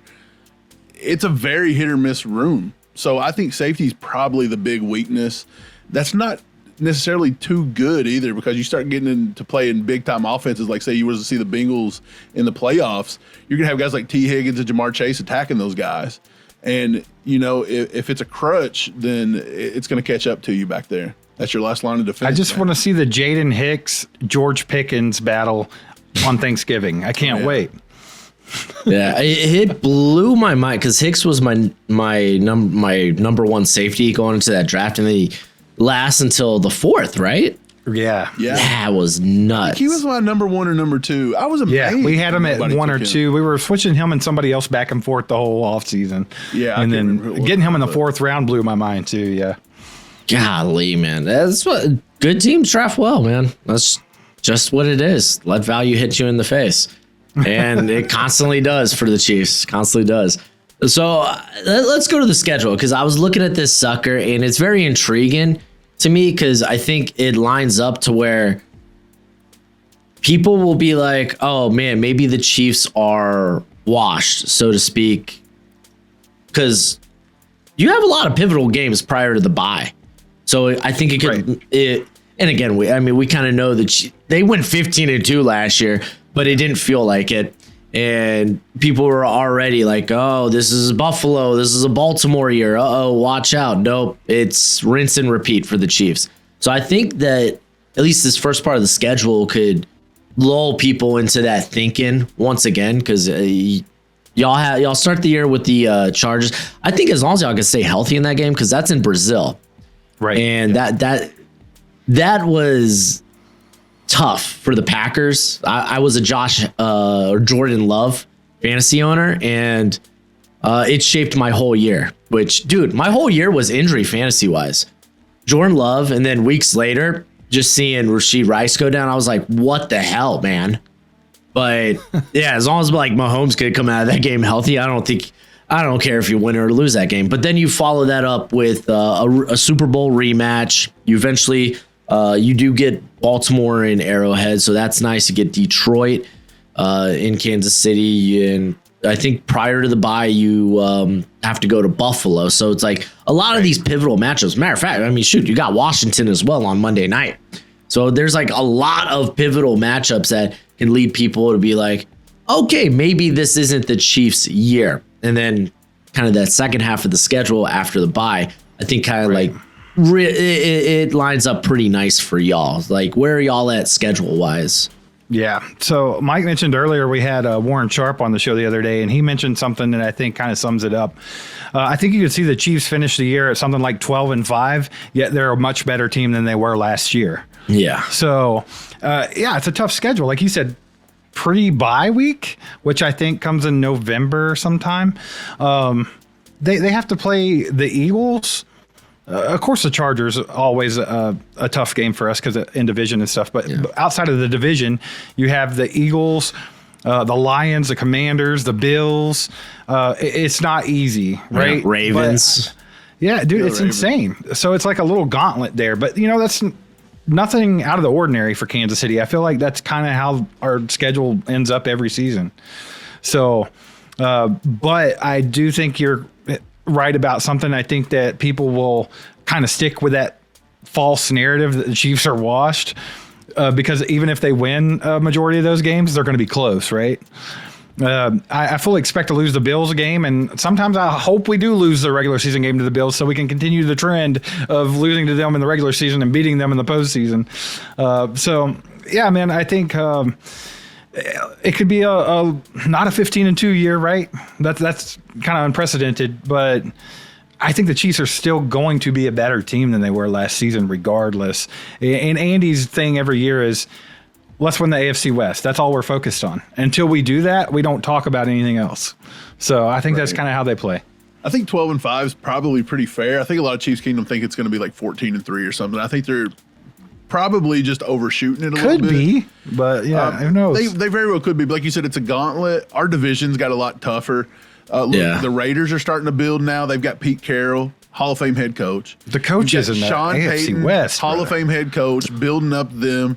Hall of Fame head coach and probably hardballs up there, like if you talk about NCAA stuff. So, I mean, it's possible everybody in the AFC West is a Hall of Fame coach, and they're all building their team the right way to try to chase the Chiefs now. At first, they were throwing money, trying to go after, they were trying to go after offenses to catch them and shoot them out. Now they're trying defenses, and now it's shifting back to, like, ball control and different things. But I think that they're all loading up. It's going to be tough to sweep the division this year. I think the Chiefs probably split a game with maybe even everybody in the division by the end of it. So who knows? But I think the Chiefs will probably be around 12 wins, 11 wins. And they may not get that number one seed this year, but if you can just get them to the playoffs, I think that's where Mahomes and Andy Reid's going to shine. Yeah, division games, they're going to be hard regardless. It is what it is for every division. And I was thinking, was every division game for the most part like a one-score game? And it kind of was. Yeah, outside of the final week where y'all didn't play the starters against Denver. Right. So it was like, well, but even the first game, we only won because Leo Chanel blocked the field goal at the very end of the game. Yeah. So, Denver had our number. Even in years past when those teams are weaker and they just were ass, we still played them close every year, And like Mike mentioned, they're kind of starting to build the right way in the AFC West because for the longest they were tired of Mahomes beating them, so they just started trying to throw together whatever Pro Bowlers they could to attack them. I think you saw a lot of them going after edge rushers for a while. They were getting like Khalil Mack and Joey Bosa and like just whatever they could do to try to stop that offense. But now they've kind of stopped trying to do the quick fix, the Band-Aid stuff, and they've kind of got really good coaches. They're trying to get their management in order and start doing it the right way, and they're starting to draft young guys. I mean, if you look at the Raiders I think they might be the bottom of the AFC West this year, but at the same time, when you look at the young guys they have with Brock Bowers and Ashton Genty and some of those kids, they're doing the long play. And I think that's exactly what the Broncos are doing too. And I think another year, 2, 3, Sean Payton's going to have that team rolling, dude, because their defense is stacked and they're getting the offense together slowly but surely. So it's going to get tough. Yeah. I even drafted Jack Besh. Yeah. Got Besh last year. I mean, I liked him as a wide receiver. So Yeah, I've been having this conversation a lot about like you're seeing the AFC North kind of like, okay, you are no longer like the juggernaut division. Because like the Steelers, they're mid. That's just what they are. That's where Tomlin has them right now, which Tomlin, great coach, but they just can't figure out that quarterback position. Cleveland's still trying to get out of that just mess that they're in. So it's like they're no longer that division. So people are looking elsewhere. Who's the next juggernaut division? A lot of people will say the NFC North, which, yeah, that's going to be hella good. You have the Bears with Ben Johnson, but the AFC West is kind of nuts. It's coming on. I would argue that's probably, if not like the second best division in the NFL. And I mean, I brought up, okay, you got an easier path after the bye, but out of those 8 games, 4 of them are divisional games. Right. Your easy game, so to speak, will be Colts and like Titans, but then you still got like a Dallas team, which seemingly should be healthy. The Colts are the only team besides the Chiefs that Patrick Mahomes has not beaten his career. Are they really? The Colts. Yeah. No, we beat the Colts in the playoffs, brother. He beat everybody. I don't think so. We were at the game, bro. People were throwing snowballs. Yeah, but I'm talking regular season. Oh, okay, sorry. Regular season win. You just said I think beat. he's the only one that hasn't won in the regular season was the Colts. I'm pretty sure. They are a pain in our ass usually. I will say that. Oh, that's a nifty fun fact. The Titans are also a team that gives us trouble a lot, but that was more back when they had Vrabel and they liked to ball control with Derrick Henry and stuff. But now here they are. They're kind of disheveled right now, and now Will Levis is out for the season after today, so it's gonna be different for them too. Yeah. But Borgonzi's getting that team together, though. I think they had a pretty good draft. So Patrick Mahomes is 0-2 versus the Colts in his career. 2019, 0-1, he lost. 2022, he lost 0-1. But they beat him in the playoffs, bro. So we were there. Again, we're talking about the regular season. What do you not understand about this? So, if I have to, I'm going to ask for the floor first. Like, what do you think the floor of this Kansas City squad sits at? 11 wins. Win-wise? Yeah, win-wise. I think that's the easiest way to do it. Okay. I don't know how else you would do it. Geez. I think 11. I would say 10 games would be the floor. That's being generous. 10 or 11. I'm okay with it. Yeah, I myself, I was like, okay, if we're doing floor, I was sitting at 10, but even then I was like, kind of like, yeah, but I mean, it's probably going to win some of these close games anyway. Yeah. So that's just who they are. That's probably the floor. And then I would say the ceiling's probably like, I'd put the ceiling at like 14. I don't think we get over 14. I think it's just going to be too tough to win that gauntlet. Yeah. I agree. The schedule's crazy, but we've seen crazier things. So, I mean, it really just depends. Like, I think it's what Broshmo said, those games that you know are going to be close with the Ravens, the Bills. If they were to be able to just be on the winning side of those games, like the Eagles game and stuff like that, they could see another 14, 15 win season easily. So it really just depends on those close games, I think. I don't see them with Mahomes and Reed dropping games that they should, maybe one, but like they usually don't lose to those teams that just are bad. So we'll see though. Unless it's the Colts in the regular season. So then I guess let's do the ceiling then. Because I think you kind of already shouted it out. Yeah. You say 14. I'll go. I'll don't say think that 15. matched the I'll say franchise 15 is the ceiling, and just because that's what they did last season, right? We'll stop there. I'm not one of those people that think the Chiefs can just go undefeated every year or anything like that. But they did just win 15 games with a tough go at it last year with injuries and stuff. So I'll give them that as the ceiling. So I'll say like 10 to 15. I'll say if the Chiefs right? get to 15 wins, though, if they go back-to-back 15-2, that's almost as crazy as saying they just go undefeated. Like, I think that schedule's so hard that even giving them 15 is just kind of like unrealistic. Right. Okay.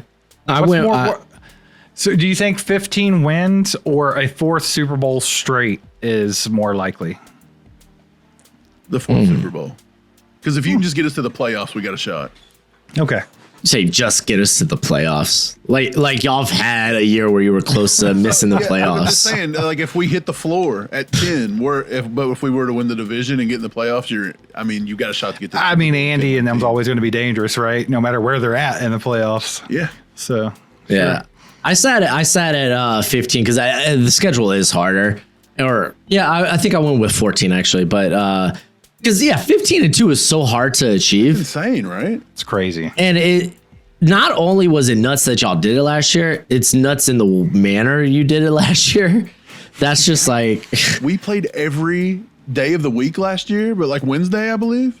Yeah. This year we play all those primetime games. Like, our schedules are always the stupidest stuff. Like, this year we got to go Thanksgiving and Christmas. It's like just saying we're going to win 15 this year might just be out of the question. Yeah. It's going to be tough. But hey, man, thanks for joining me today. This was a hell of fun. This went a lot longer than I thought. I guess there was a lot to talk about, but hey, I'm happy that y'all stuck with me on this journey. You want to go ahead and let the fine people know where they can catch your content at? Yeah. YouTube.com/allchiefedup. That's where that's our base there. So mainly just YouTube content. We're everywhere else too, but we stick to YouTube. So that's the easiest way to get a hold of us. Yeah. Sorry we talk so much. Oh, no, it's fine. Hey, as long as you're okay with it. You know, I'm just trying to be a good host here, man. We can talk about the Chiefs all day long, as you can see. With a little bit of Dolphins in there. But unfortunately. Always goes back to the Unfortunately. Dolphins. Always goes back to we suck. Anywho, until next time, you be easy, my friends. Later.